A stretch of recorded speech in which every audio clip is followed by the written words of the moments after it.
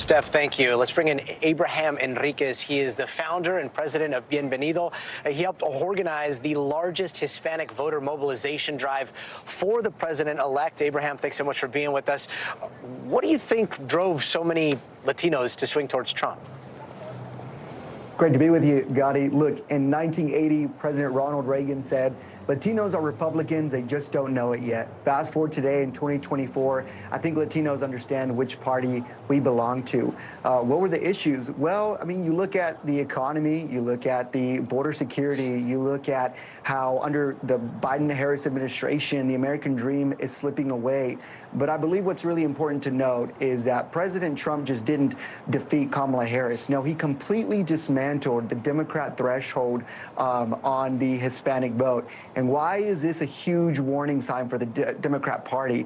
Well, because Hispanics being the second largest voting bloc in the country, 30% in Arizona, 30% in Nevada, a huge growing demographic in Pennsylvania, Ohio, and Michigan, of course, in Texas and Florida, the Democrats can't afford to lose the Hispanic coalition. So I think what President Trump did really well was resonate with the community, break down policy in a way that the everyday American can understand it, and ultimately that fired up the Hispanic base to get out and vote for President Trump's vision. And yet at the same time, such a big part of his platform was the calls for being tough on the border, mass deportation in his second term. To your knowledge, what do you think that's going to look like?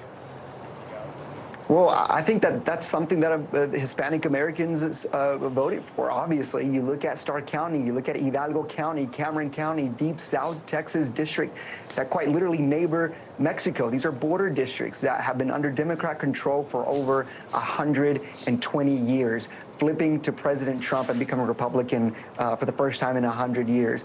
And why do Hispanics vote for that? Well, because they understand that illegal immigration affects everyone, but it affects, I think, specifically Hispanic Americans. How will that work? Well, I'm excited to see that policy plan lay out. But if there's something that the Democrats did wrong was attach illegal immigration to the Hispanic community. And I think it's quite offensive for Hispanics who have called America their home for years and years and years to be put into that bucket list. Abraham, here's a kind of a wild question. Do you think that there's a possibility of a Trump presidency in which he works to secure the border, builds the border wall, but then also grants some sort of mass amnesty to a lot of the undocumented immigrants who have been long-standing members of American society? Well, this is a very tough conversation, and I think that as a grandson of Mexican immigrants, I'm very sympathetic to those who have been here in this country and have been promised the stars and the moon by the Democrats for over a decade now, and we've received absolutely nothing.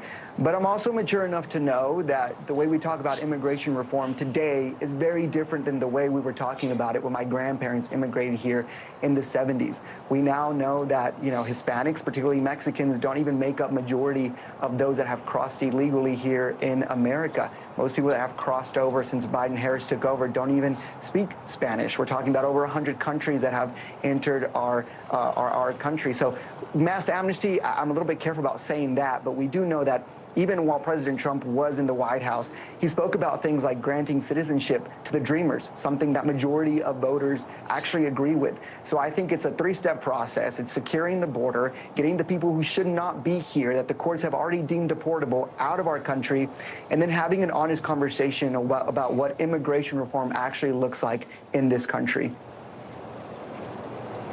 Abraham Enriquez, thanks so much for that nuanced conversation, and hopefully we can continue it soon. Thanks for your time tonight. Thank you.